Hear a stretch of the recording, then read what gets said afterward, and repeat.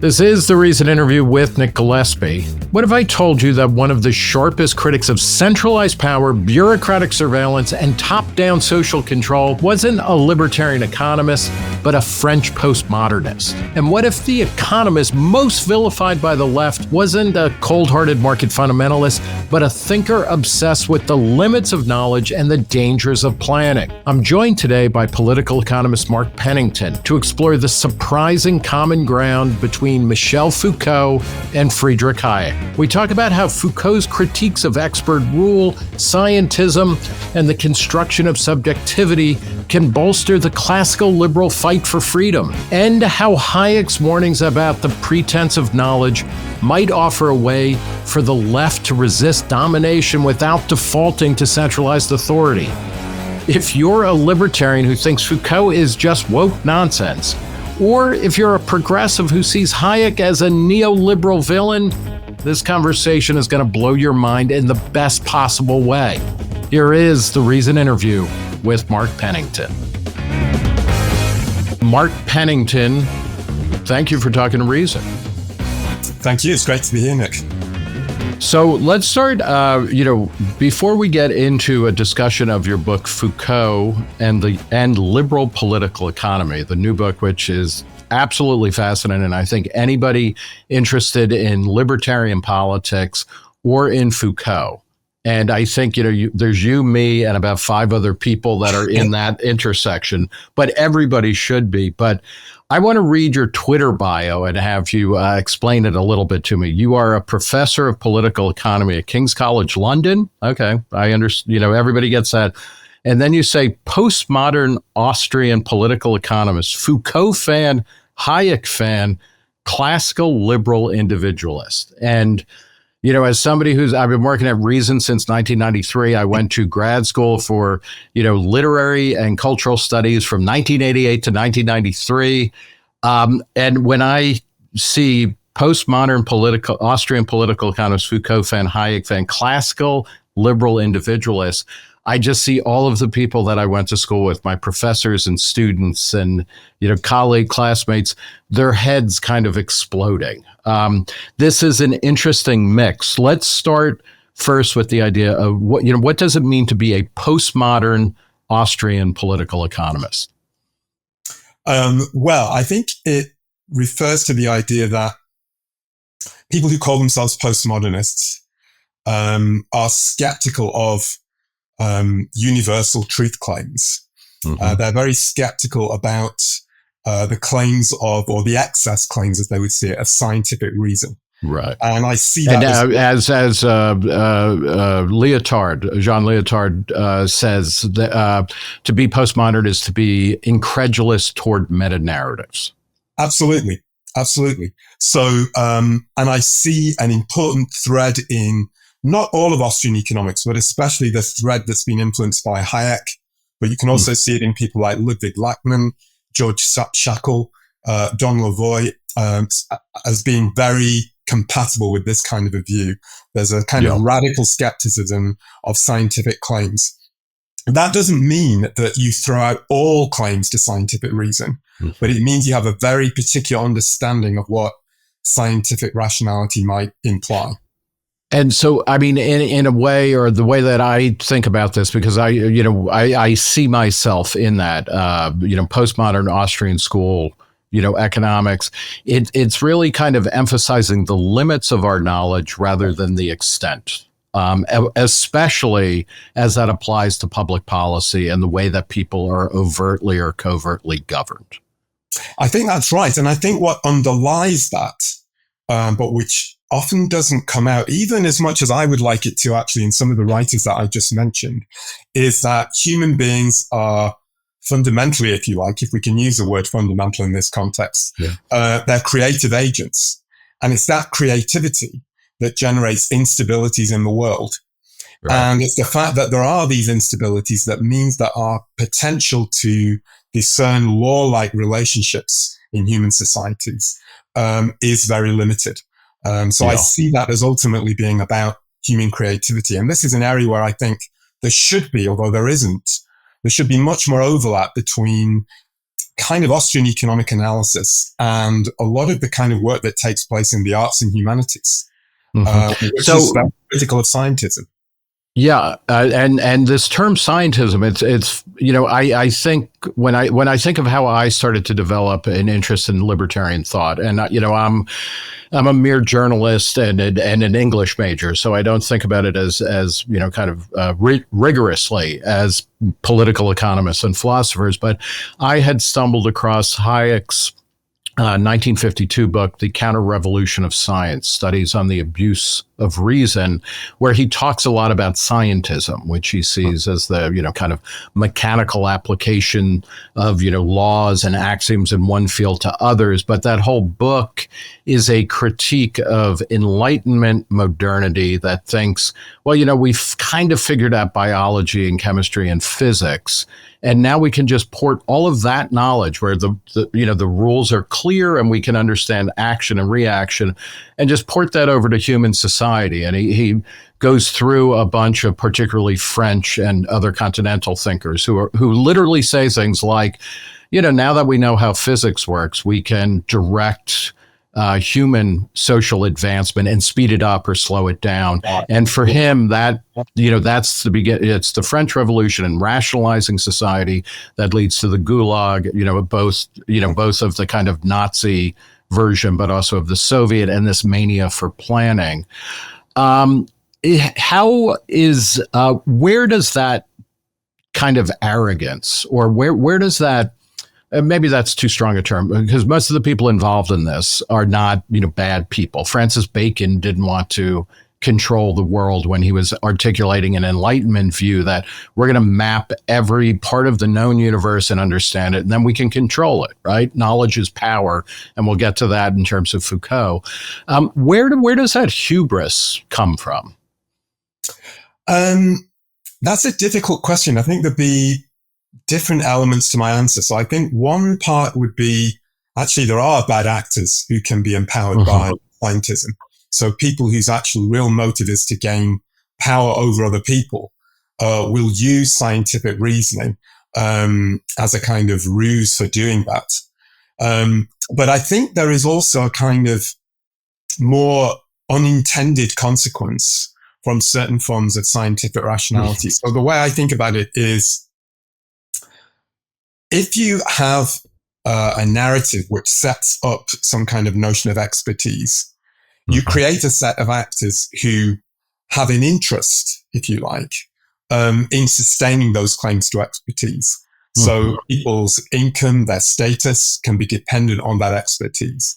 Right. And that can mean that you have unintentionally, perhaps it's not something that was intended by the people who created these narratives, but you can create a kind of logic which counts against pluralism of thought. Because if you're an expert, the last thing you want is there to be too many other sources of expertise. Right. Because the more sources of expertise there are, the less likely it is that people will take note or feel that they should be governed by any one expert or set of experts. So the tendency is in many sort of scientific fields. This is true certainly in social science, but also even in natural science, is once a certain view of what the expertise says gets established, there tend to be, if you like, disciplinary dynamics that out other sorts of opinions. So that we have a kind of gradual crushing of pluralism, which nobody's actually intended, but has sort of arisen from internal logics within these kind of scientific narratives and the positions they create for people. Gee, if only we had a recent global phenomenon that helps illustrate what that's like. But I mean, this in the public health field and the way that COVID was discussed, right? Where dissent was certainly not patriotic or scientific. It was a sign of derangement or, a moral failing, right? Because this is part of the problem too, is that the people who have the expertise are like, I'm not doing this because I believe in this theory, particularly I'm a scientist. These are the facts. And if you disagree with me, you're not just in error, but you are actually putting other people at risk. And what I found actually fascinating about the COVID pandemic was it wasn't only, if you like, members of the public or lay opinion who was subject to this kind of condemnation. It was scientists themselves who fell outside of the mainstream view. People who'd been considered to be mainstream scientists suddenly found themselves demonized because they were expressing a view that actually just months before this thing happened was considered to be the conventional wisdom about how you respond to a pandemic. Yeah. Well, and I guess you guys at King's College have a lot to answer for, right? It was Imperial College that produced the famous book, but yeah. Okay. Yeah. How do you feel, this is an aside, how do you feel as a classical liberal individualist working at a place called King's College? I mean, I guess it's better than Imperial College, but come on, Yeah, these are matters of degree. Yeah. But to go back to your earlier statement about postmodernism, you're not saying that all knowledge is fake or, it's often instrumental. And one of the reasons why we got to an age of expertise, first in the sciences maybe, and then in industrial sciences, that clearly benefited people. I mean, being able to rationalize the production and distribution of goods meant we on the planet, but especially starting in Europe and North America, we went from being poor to being, a surplus economy where people lived longer, got richer. I mean, scientific medicine worked, scientific food production worked, certain forms of social organization that were based on kind of Enlightenment thinking really delivered the goods, literally and figuratively. So what are the limits then? Because when you say, what you invoke the term narrative to talk about knowledge and information or expertise. So, it's both kind of true, right? Because it oftentimes it will do what it says it's going to do. I have studied how, these crops will, respond to this type of fertilizer and this type of watering and this type of cultivation. And boom, I've solved world hunger. I mean, like that happened. How do you deal with, from a postmodern point of view, the idea that sometimes this expertise, or oftentimes this expertise, is actually doing something that is observably beneficial or in line with the thinking process? Well, I think the important thing here to recognize, and this is true not only of the postmodernists, but also people like Hayek, who you've already mentioned, is that they are not opposed to Enlightenment thinking as such. What they're concerned about is a kind of overreach of that thinking. And by overreach, they're concerned about notions that people can access, a kind of pure notion of truth that isn't always, in some sense, entangled with attempts by people to engage influence over others, to exercise power. Yeah. So you can recognize that power is always involved, but still believe that there are certain scientific theories that we've got reasons to actually take seriously and to believe. Right. But what you're going to emphasize is that because, and this is especially true, I think, in the human and social sciences, as opposed to natural science, but it's even true in some areas of natural science, because the knowledge concerned is often really quite opaque. It's often hard to detach, if you like, the truth claims from the attempt by actors to engage influence over others. So separating out those elements is often very hard in what are often complex phenomena. I think it's easier in the natural sciences because there is a case to be made that at least for certain kinds of natural phenomena, they are the kind of phenomena that can be looked at almost through a laboratory-like type process, where you've got a sort of stimulus response model operating on what are elements that have no agency as such of their own. But it's very different when you're looking at human phenomena. And this is something Hayek obviously stresses throughout. I mean, I guess it maybe is distilled in the most popular form in something like The Road to Serfdom, but his entire work, and again, I think it's partly just an accident of me reading The Counter-Revolution of Science first, but like that to me is the key to everything about him, is that, you really gotta, you got to take it easy when you start saying like human society follows these rules. So we need to get rid of the people who aren't following the rules, right? It's very clear. He also, this is the place where Hayek, in a way that maybe more of my audience is comfortable with, intersects with Karl Popper too, right? That the idea that we know, with each increase in knowledge, we gain some knowledge, but we also understand that we understood, on some level, we understand less and less of the world.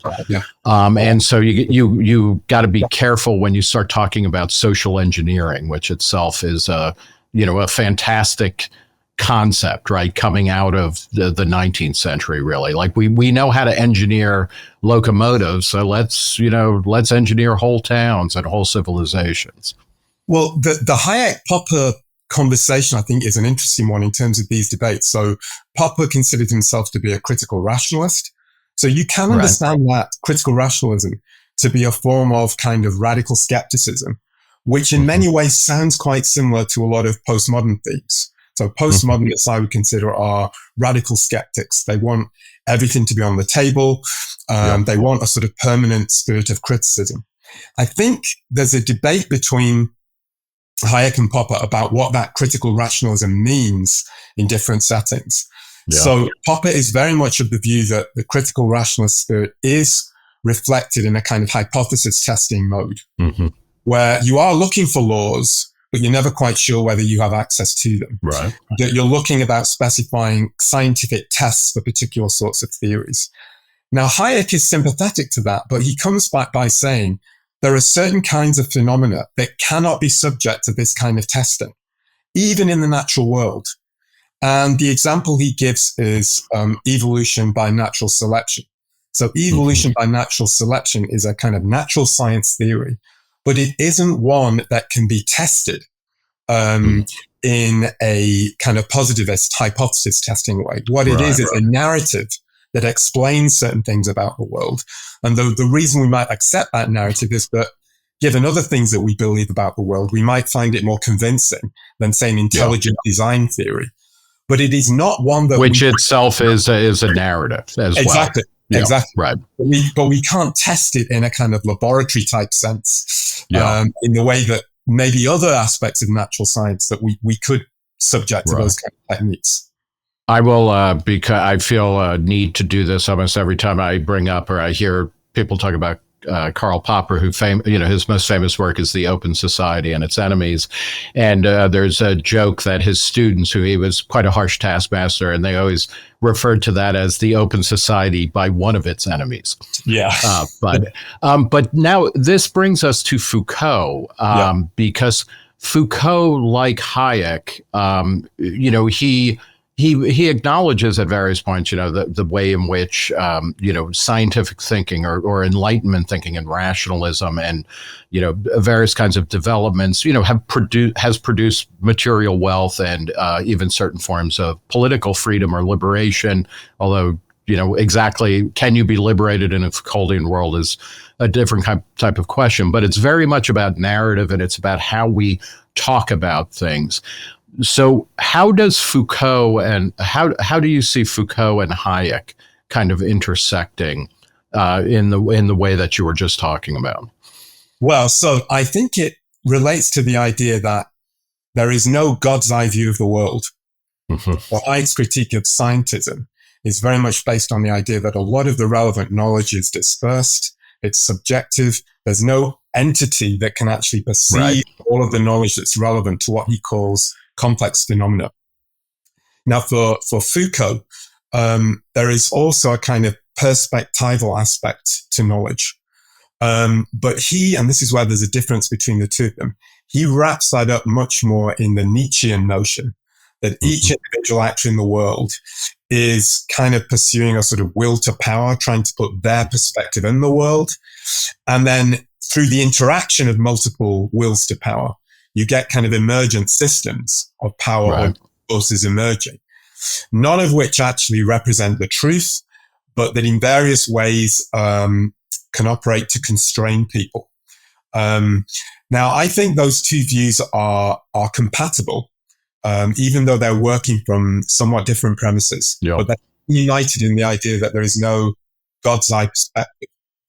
Right. So there's really only emergent phenomena, or in Hayek, there's emergent phenomenon, and we kind of stumble through the world figuring things out. Yeah. And then in Foucault, it's that, that appeal to the God's eye view is a power move to kind of shut down dissent or to sacralize a particular, system of knowledge, which equals power ultimately. I guess, let me ask you this. Why, when you talk about it in these terms, it is so obvious. And I can remember, again, as a lowly graduate student, I had read Thomas Szasz, who is, the great critic of, of the medicalization of society, a psychiatrist who himself was a critic of psychiatry, and famously in 1961 wrote a book called The Myth of Mental Illness, which argued that people we call crazy, it's not science. It's a way of kind of marginalizing people that we find annoying or dangerous for various reasons. As it happened, as a grad student, I had read that because Thomas Szasz, who I became friendly with a bit, but he had been a Reason contributing editor since, I don't know, the early 1970s. And of course, he was merely saying something that seems obvious, that, when doctors or lawmakers tell you do this, but don't do this, it's not always in your interest. It's in their interest that they have partial knowledge but they want to control you. In 1961, a guy named Michel Foucault published a book called Madness and Civilization, which I encountered when I went to grad school, because Foucault is, the dominant figure in, kind of social science and humanities discourse of the last half of the 20th century, right? And persists into this. And in Madness and Civilization, I was reading this and we'd be discussing it in class, and I was like, God, this sounds a hell of a lot like Thomas Szasz, talking about how, the way we define madness and sanity is pretty situational, and there's a lot of power that's going on behind the scenes. My question to you is, why don't more Hayekians understand the similarities to Foucault, and why don't more Foucauldians, be like, God, what this guy Hayek is, they're not the same thing. There are significant differences that we'll get to, but geez, these guys are walking pretty arm in arm. Yeah, in a way, I don't really understand it. So all I have are kind of guesses. I think you can't separate some of this out from the sort of cultural history, if you like, of the last 50 or 60 years or so. Right. So there's certainly a sense, I wouldn't say this is true of Hayekians as such, but certain people in the more broadly in the sort of classical liberal or libertarian movement, who have a resistance to certain sets of thinkers who came out from what you would call French post-structuralism, or what became postmodernism. Yep. And the reason for that seems to be many of these people, at least at some point in their careers, were associated with Marxism. And even if they abandoned it in its pure form, they still held to what people consider to be a kind of Marxisant type view. Or, you get this term cultural Marxism, which has become very widely used, that's attributed to these people. So the sense is, even if they were saying something that might be interesting, we can't really associate with it, because these were the bad guys who were supporting communism and all sorts of terrible things. And particularly in the 68 revolutions, but oftentimes before that. But there's the whiff of a very strong French cheese on this, and it's Absolutely. Like, no, we're Americans, or we're English, and we dislike that. And I guess Hayek, in a way, feeds into that, because he, the way he distinguishes often, and I think in ways that are unfair, between the Continental Enlightenment and the Scottish Enlightenment, or the Anglo-American Enlightenment, feeds into that. So it's interesting, because in a way that also kind of, Foucault has anticipates that kind of critique, right? That, you are, this ends up being more an exercise in national identity than it is in intellectual seriousness.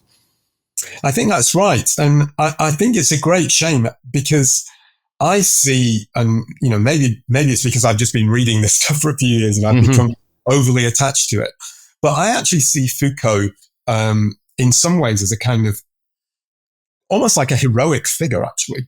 And the reason I say that is because when you understand the intellectual milieu that he was operating in, yeah. you know, he was operating in a social, scientific, or academic community that was dominated by Marxism, dominated by it in France.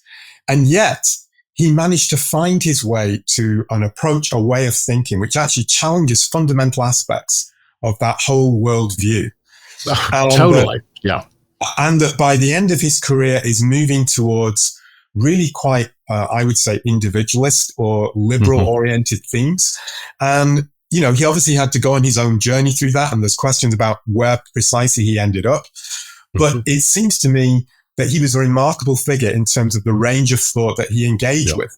The fact that in the late 70s, he was actually engaging with people in the liberal tradition, with Hayek, with Gary Becker, some of these other people, in a way that many other people in those traditions just never have. So I think he deserves an enormous amount of credit for actually doing that. And that's the reason why we should listen to some of his ideas, and why hopefully people who'd be influenced by him might try to listen to some of our ideas as well. Yeah, it always struck me as odd when, people would denounce Hayek and postmodernism more broadly as Marxists, and hence, only worthy of our contempt. And it's like, postmodernism is largely and rightly seen as a critique of Marxism, or of not just Marxism, but also Freudianism and Darwinism, or these meta-narratives that seek to explain every aspect of human life and organization. And, when I meet people who call themselves postmodern Marxists, I'm kind of like, you got a lot of explaining to do, but this, postmodernism and Marxism, broadly, I think on the libertarian right, are typically seen as being in the same camp, and that camp should be, in Guantanamo Bay, and we should never hear from those people again, right? That's true. Well, it's totally wrong, because if you read, it's actually a book that's almost impossible to read, but if you ever try to read Lyotard's Libidinal Economy, that is a vicious attack on Marxism. Yeah, he attacks because Marxism is scientism. It's almost the purest excrescence of scientism, of a stupid mechanical application of a couple of rules to a system that to a series of phenomena that refuse to follow those laws, right? Yeah. So, how did you? I want to go into some of the specific insights that you take from Foucault and kind of apply and say, here's why we should be thinking about this, especially if we believe in liberalism and individualism. Yeah. But just briefly, how did you? You are one of a handful of people, and you talk about people like Deirdre McCloskey and certain other Austrian school economists who you mentioned Don Lavoie, who Don Lavoie, he is somebody who I think if he had lived longer, like we would be having radically different and richer conversations about intellectual history. But, there are some people who have been doing this, but how did you kind of, create this merger between Hayek and Foucault? How did you encounter both of them? Well, I encountered Hayek first, so he's certainly been probably the most significant influence on my whole sort of academic or political life, really. And I was very influenced by actually the essay that you referred to, the essays in the counter-revolution of science. So I've been kind of immersed in Hayekian thought, but I'm also operating in fields where people were referring to Foucauldian concepts all of the time. Right. And I thought, well, I need to know something about this guy. Yeah. So probably about 25 years ago, actually, I started reading Foucault. And I started to see themes that, yes, I can see how there are instead of him being the enemy, there are actually important parallels. So there's a certain aspect of individualism, I think, in Foucault. He's concerned about systems of control, how they can threaten the individual. There's this aspect which is the critique of scientism that we've referred to. So I engaged with it about 25 years ago, but then I got taken over by various other things. I wrote another book. I became a bureaucrat in the university. I was a head of department for a number of years. Mm-hmm. And then the pandemic hit. And the pandemic and the role of surveillance mechanisms that were taking place throughout that period, it just reignited all of the things I've been thinking about sort of 20 years before. And I thought, this is the time where I need to really systematically go through this material and see how we can link it up. And that's really when I started writing this book. And that, in an American context in particular, I think if people know Foucault, or if they've actually read any words by Foucault, it's probably Discipline and Power. Discipline and Punishment. Yeah. And, that opens with this great set piece of a person in the early modern era being drawn and quartered. And he talks about, okay, this is how power used to work in the pre-modern period. And all of these terms are loosely defined. And, he's putting them in quote marks or under erasure, or however we want to describe it. But it's that power operated directly on bodies, and it used people as examples so that you didn't do things because you knew you were going to be punished, and brutally and publicly. And that's the teachable moment, is the public execution or the public flogging or the punishment like that. And then he talks about how in the modern period, what happened was that we internalize a system of control so that the state or any other source of power doesn't need to constantly be checking up on us because we're doing it for ourselves. And he talks about Jeremy Bentham's Panopticon, a model prison in which prisoners were never sure if there was a guard in the tower watching them. So they acted as if they were always being surveilled. Just apropos of nothing. Yeah, I was actually in Philadelphia yesterday for an event where the Eastern State Penitentiary, which is the first penitentiary that was actually built, and it worked somewhat on those models. It's fascinating. Where does that take us? That idea that we, that there are systems of control and that we internalize them. And that is one of the defining attributes of modernity. How does that, where is that in Hayek, or how does Hayek talk about similar very subtle and almost occult versions of surveillance and control of the individual? How does that match up with Foucault? Well, I actually don't think Hayek and people in the Hayekian tradition talk enough about this kind of phenomena. There is I think it's in the 1952 or 1956 introduction or preface to The Road to Serfdom, where he mentions the possibility for a kind of soft despotism, or kind of almost like a silent road to serfdom operating, where people become used to being in a very heavily regulated society. Right. And it has a kind of silent, enervating effect on their capacities for agency. But they're so used to being enmeshed in rules and regulations, not being able to do anything without asking permission for anything, that they become sort of passive agents. Now, I think Foucault looks at that in a much more systematic way.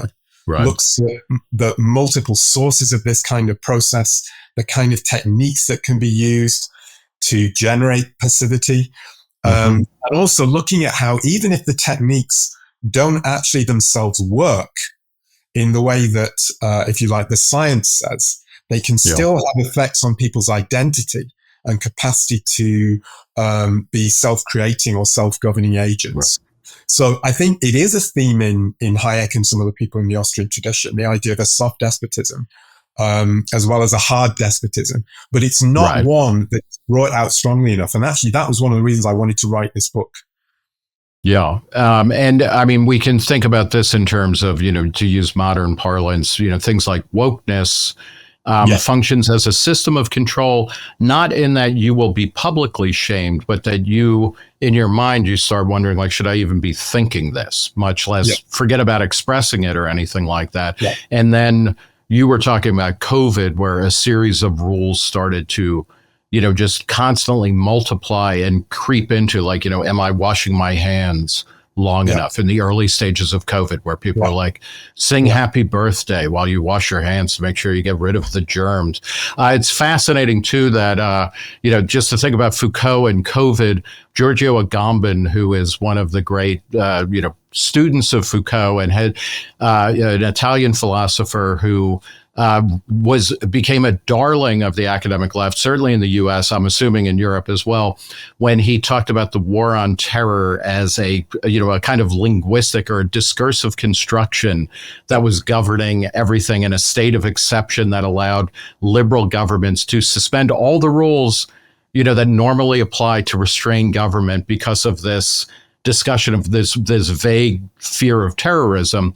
Agamben was hugely popular. And then, he was an Italian academic. And when lockdown happened in Italy, which was the first and most brutal lockdown in Europe, he applied the same thing. He was like, from a Foucauldian point of view, there is no COVID pandemic. There is this system of control.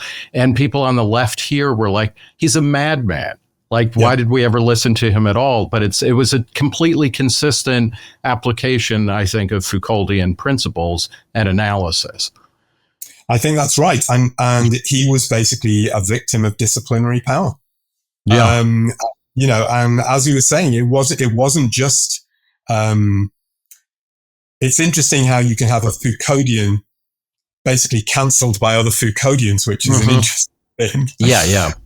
But also going back to what we were saying before, that whole process, it's interesting how people who were in the scientific mainstream were also cancelled because their views didn't line up with what had emerged as the kind of dominant paradigm of how you deal with this at the time. But what fascinated me about the pandemic was actually I don't think you should see the pandemic in isolation from many other public health techniques or techniques that are operating in many other fields. So to me, if you look at, all the rules that public health professionals and various government agencies put out about what you're supposed to eat, whether you should smoke or drink, all of these things are areas where people become accustomed to taking expert advice and doing as they're told. You also have what seems to be happening more and more now, and Agamben, I think, would be interested in this, but also this is something that Hayek talks about, which is discourses of emergency. Everything becomes an emergency. Everything's a crisis, which then justifies all kinds of controls. We need extraordinary powers because, when we get back to normal, you'll be able to live your life as a free and autonomous individual. But right now, it's too important. And we never go back to normal.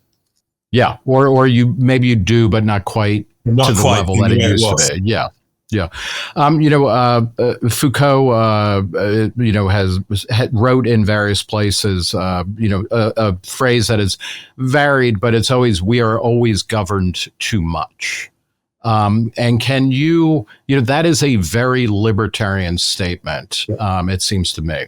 Can you talk about that and how that kind of distills, part of the I hate to say the essence of Foucault because their essences have been banished in his worldview. But how does it get to a continuing insight that Foucault and Hayek, and I think a kind of libertarian, kind of not just political tradition but a cultural tradition, kind of comes to the fore?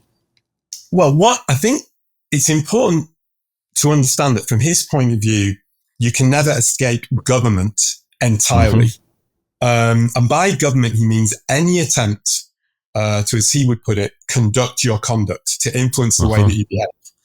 So on his account, this kind of government can happen actually in any sphere of life. So it can happen in the family, it can happen in the workplace, it can happen in the school, in hospitals, as well as the formal apparatus of the state.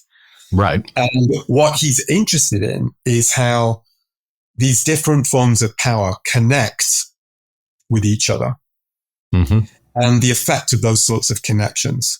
Now, what is interesting from my point of view, and this is where I think it links with Hayek, is that various scientific narratives proliferate these kind of connections.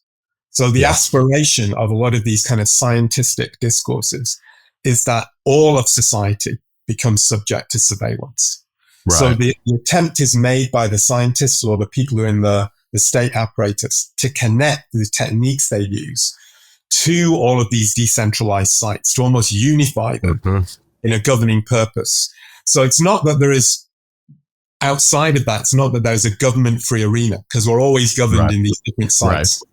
But there isn't necessarily an attempt to bring them all together, to link them, this sort of overall surveillance apparatus. And that's where the sort of scientific temptation comes in. So Foucault has this term that he calls biopower, which is the attempt to subject entire societies to a kind of surveillance that is supposed to be identifying various disequilibria, which requires some form of correction.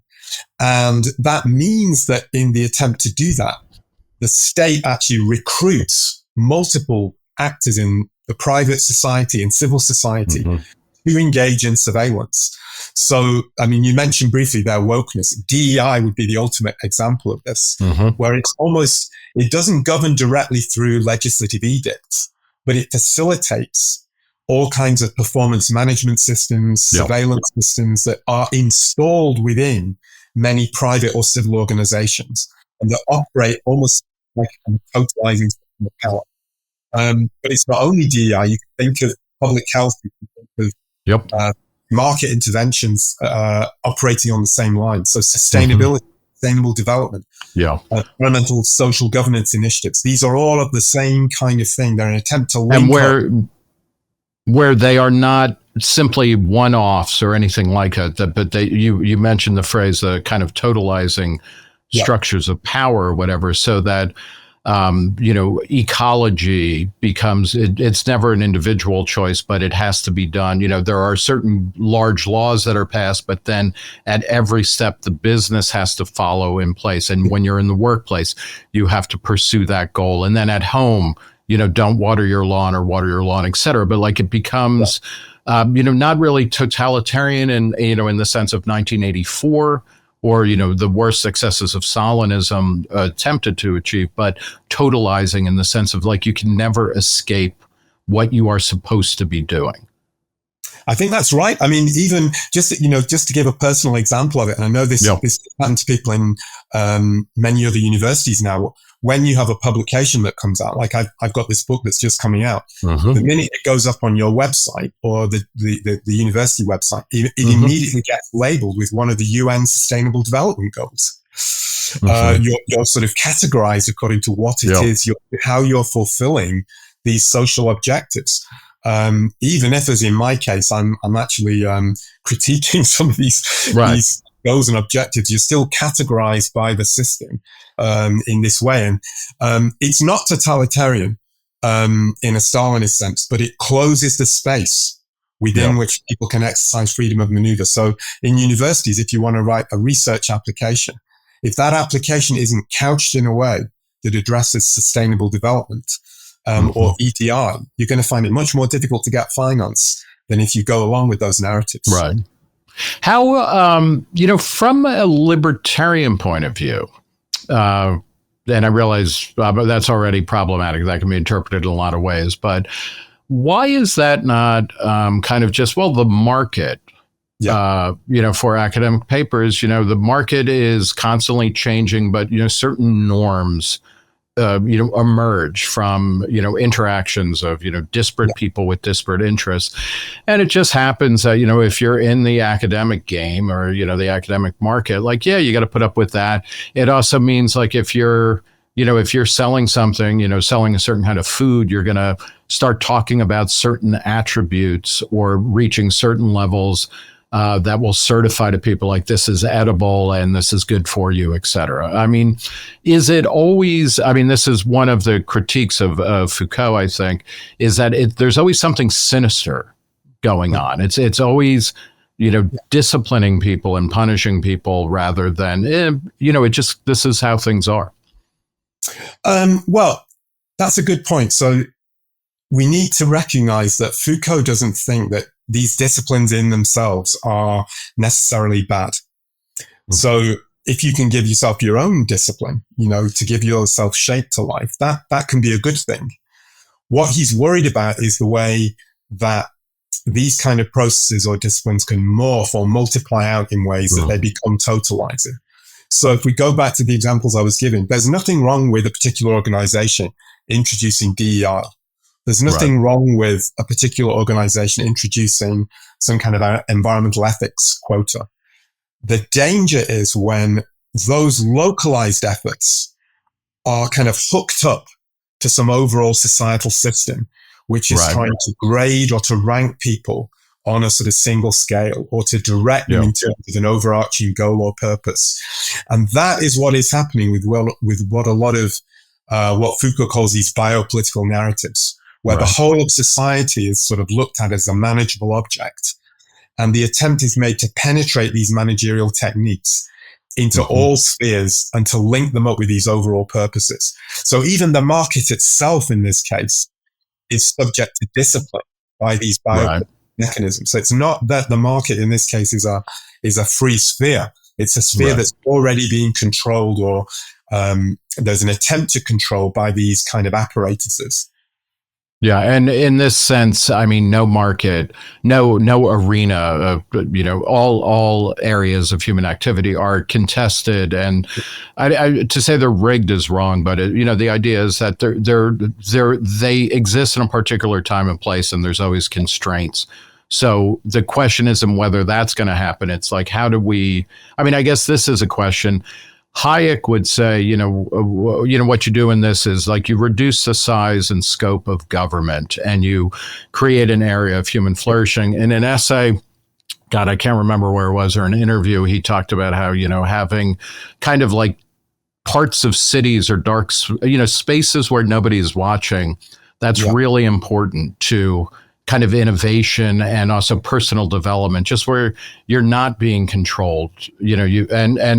Foucault at various points, he critiqued Rousseau's vision of a perfectly transparent society as like unlivable. Like you need these dark spaces, but in Foucault, there does not seem to be a plan for how do we make the world better, or how do we say, okay, this is a better outcome, or this is a better system than this within a Foucauldian framework?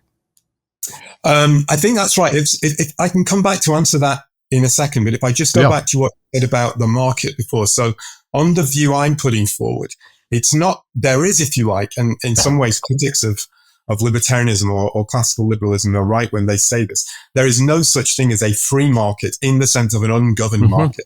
So markets are always governed by social norms or practices. The question I think that libertarians would be posing is, well, okay, we may not have any ungoverned space, but we can still look at different regimes in terms of how much space they allow people to come up with their own rules about the way markets are governed. So the rules that govern markets don't have to be totalizing. They don't have to be sort of grading them in a single way. And I think that's the critical sort of point. And now, and is it good to allow, I mean, multiple systems to, and for people to be able to move in between them? And this, it's obviously biographically, this is, part of, I guess to a certain degree, Hayek's life, but certainly Foucault of, moving among different societies or different subcultures and things like that. Like that's a form. Freedom might not be the right word, but that's a form of agency and liberation where you kind of get to pick, what market you want to play in or what rules you want to be governed in, which is also clearly part of liberalism, right? The idea that you can move, you have voice, exit, and loyalty or whatever. But I think that's right. So I'm very attracted to the idea of within liberalism of polycentricity. So the idea of like pluralism in rules. And I think the way that you could understand that from a Foucauldian point of view is that if you have many different decision-making centers or rule-making centers, then A, you make it more difficult for there to be a process of total societal capture by any one narrative, if you like. And you also make it possible for people to see that there are other ways of doing things, that they don't frozen in to a kind of a single grid of understanding. So I think Foucault's got the idea of, he uses the term heterotopia, which is the idea of some kind of experimental space, which is almost beyond the status quo, that gives people a clue at least about some different way of doing things. So you can think of, if you're going back to your earlier example, cases like sort of free enterprise zones as possible examples of that, where you've got spaces that are relatively less governed that could indicate to people, well, this is what could happen if we gave up in some of these more controlling and over-regulated conceptions. Right. And heteroutopia, that concept, it's another kind of touch point with kind of more standard libertarian thinking. I mean, it's very much like a utopia of utopias that Robert Nozick would talk about, or John Stuart Mill talking about running, infinite experiments in living. Yeah. That you disperse and decentralize so that people not only are free to kind of pursue who they think they are and build that identity in that community, but you can also learn from other people's examples, what works, what doesn't, and adapt the parts of it you like or dismiss the things that you don't like. You in the book, in your book, you talk about creating a postmodern liberal political economy. That's really kind of your project here. Explain what that means, and in a way, I guess here this is I'm making you dance for your supper or something, but explain what you mean by a postmodern liberal political economy in a way that will make postmodernism attractive to kind of conventional libertarians or American conservatives who believe in classical liberalism, and also in a way that kind of engages people on the harder left. Yeah. Well, so it actually goes back to what you were asking me before. So Foucault himself is the difference between, say, Foucault and Hayek, and those are the two people we've been talking a lot about in this conversation, is that Hayek has the idea of a constitution of liberty. Right. So given the critique of scientism, given these other sorts of things, are there kind of rules that we can think of, frameworks within which this play of liberties, if you like, can take place? Foucault is, although I think, as I've said, he shares many elements of that or has this strong overlaps, he doesn't want to talk about what the framework looks like. Because he thinks then that you end up with other power plays that can sort of entrench systems in their own right. Now, towards the end of his career, there is evidence that he started to recognize, well, actually, there is a place for rights and for ethics. But again, he was very vague in what they are. Right. So you see, and this is what I tried to say in the book, you could see the postmodern liberals as trying to put forward some notion of the kind of framework that might gel with Foucault's concerns. Right. You're asking me the question, how can that appeal to conventional conservatives or libertarians who fight? And if I may, I mean, and this is one of the reasons I asked, how you came across this, because I'm assuming if you're, in English, you're an academic in an English setting, and Hayek is heavily identified with Margaret Thatcher. Yeah. Margaret Thatcher and postmodernism, they don't seem to get along, right? And, nobody who is, I've yet to meet a Thatcherite, with the possible exception of Johnny Rotten, who would say, oh, yeah, I'm postmodern. They hate it. So kind of, go from there. Well, so where I think they should have sympathy with somebody like Foucault is that think about what it is that entrepreneurs do in society. So entrepreneurs are people, I think, who resist rules, resist established ways of doing things. They challenge the status quo, they revolutionize it. So I use in the book, often I refer to Schumpeter's ideas about entrepreneurs as creative destructors. They're creating new ways of understanding that actually often shatter the current way we understand the world to create something radically new and different. And it's regulation that closes that down. It's regulation that narrows the space within which this kind of creativity and dynamism, that, if you like, the Thatcherites claim to favor, actually takes place. And the difference between them is that maybe people like Foucault have concentrated more on the cultural area, where they're concerned about destabilizing norms of gender, sexuality, mental health, these other things. Whereas if you like, the economic destabilizers are the Austrian school, who talk about the value of the creative destruction in the economic sphere. And what I'm saying in the book is, well, if you believe in this entrepreneurial model, you should bring it together in both of those areas. We want cultural and economic creativity going together. And we might also think about, if you like, the resistance strategies that can be adopted to help people get out from these kind of systems. So there's a bit of an irony in that many people on the right, and in some ways I would identify with aspects of that myself, who are critical of these kind of systems of control and critical of paternalism, they still look to the idea of some savior to get them out of the mess that they're in. And I think this is what's happening in the United States, where people are looking to Donald Trump as a kind of disruptor in chief who's going to save them from the regulatory apparatus, when probably what you should be looking to, I think if you're true to liberalism, is lots of more decentralized experiments from people trying to escape regulatory controls.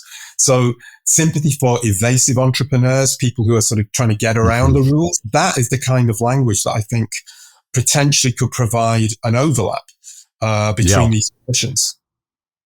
And it's ironic, on the left, you will hear people who want that creative disruption in the cultural arena or in society. So they want to, celebrate the breakdown, or not. I wanted to say the breakdown, the recognition that there are many types of families in society, and there are many gender, sexual orientations.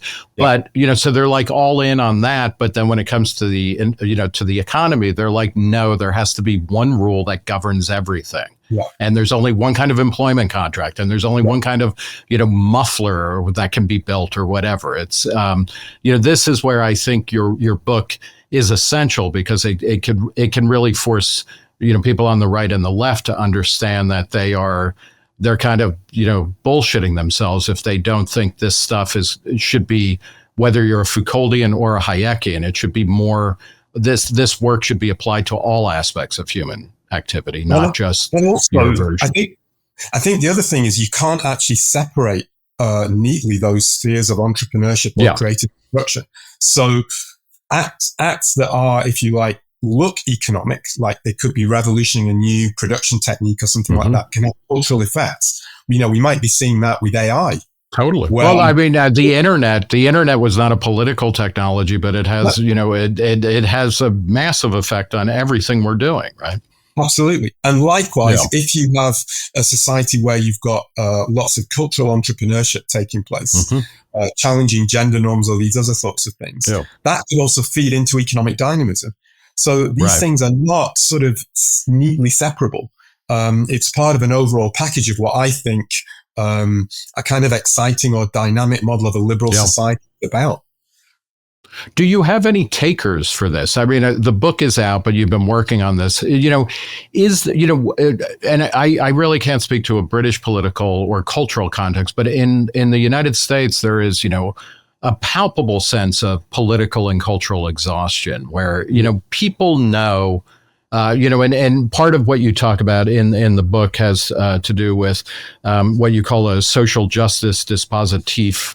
Where social groups and in many ways political identities have ossified, and, we're trapped in these dumb categories, right and left, conservative, liberal or libertarian and progressive, that clearly aren't working anymore, but we don't know how to get to the next thing. Where, are you finding takers for what you just talked about, where, if we apply Foucault and Hayek, to politics and culture, to, technology and business, like, there's a very exciting and interesting world that is right there, right in front of us. Are people responding well to this?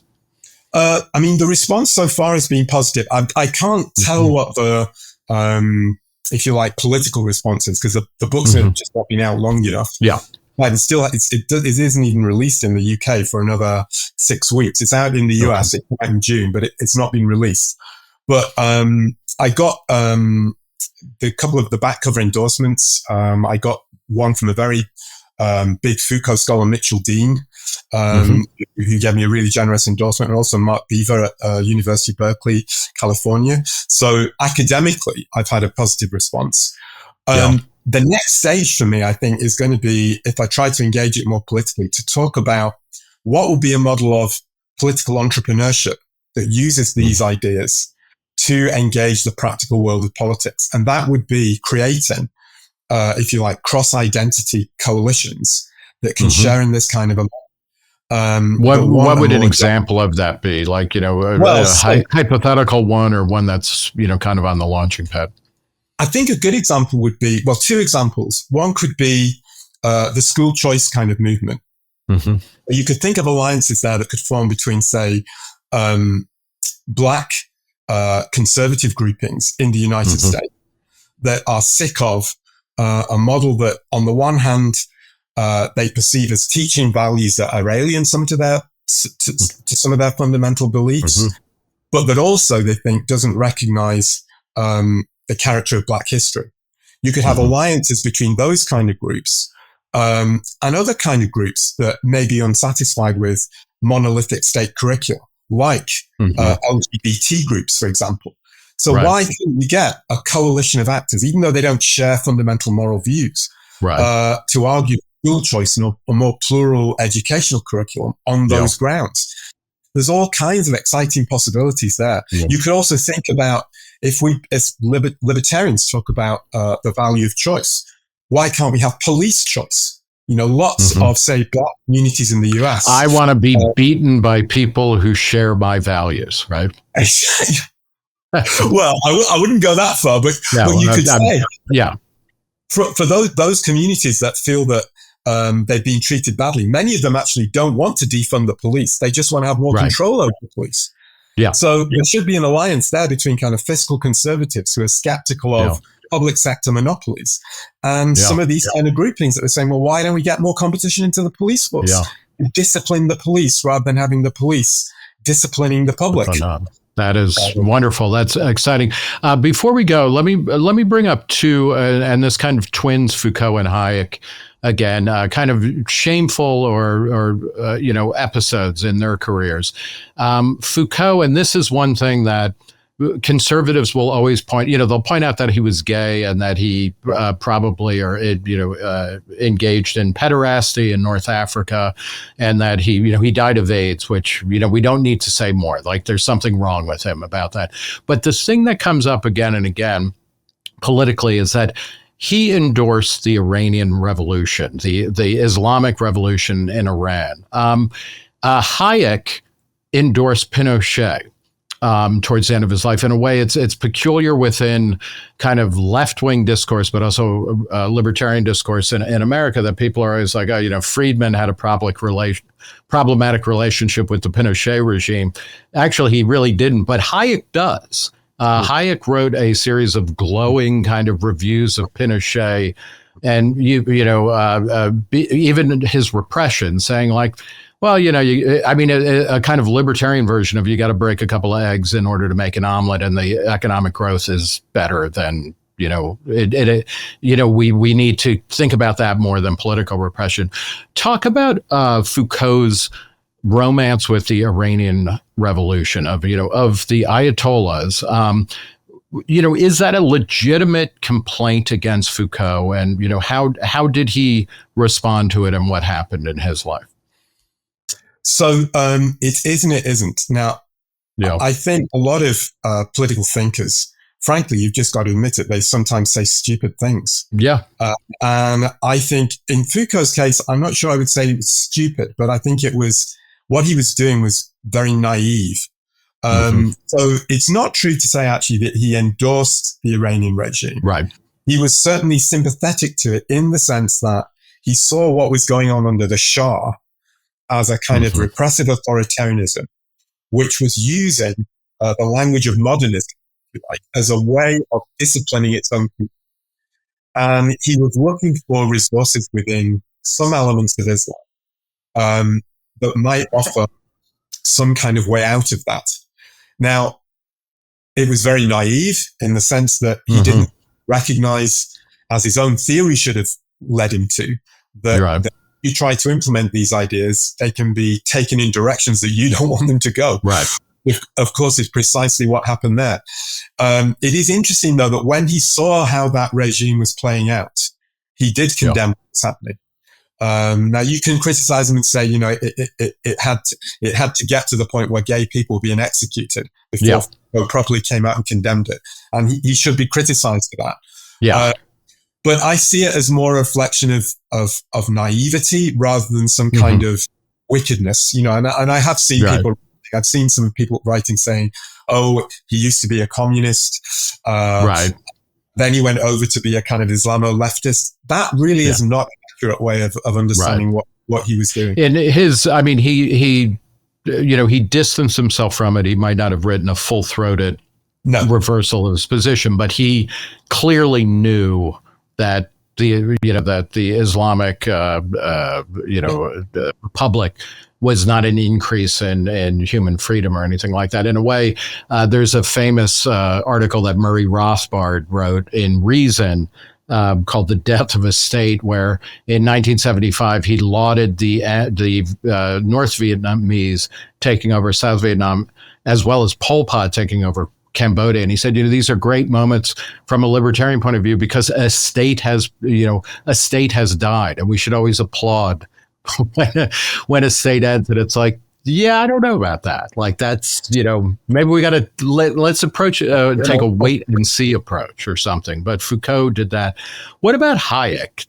Do you feel, he is such a powerful apostle of reducing state control, but also other forms of control, economic control, social control over people's lives. Yeah. And then when you look at the way that, at the behest of Margaret Thatcher, who also talked those terms, but then was a gigantic Pinochet supporter, how do you factor in, Hayek's late life kind of, plumping for Pinochet in the body of his work?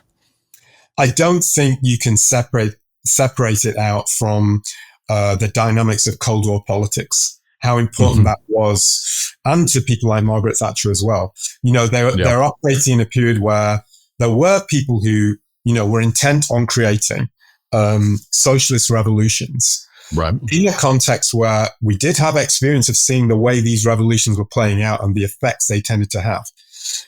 They seemed to take a course which implied that if you're the enemy of that, then I'm going to support you. And especially so if, as well as opposing communism, you're also saying, as in the case of Pinochet, that you're going to give rein to a set of economic ideas that people like Margaret Thatcher and Hayek had sympathy with. So I think you can't separate it out from that.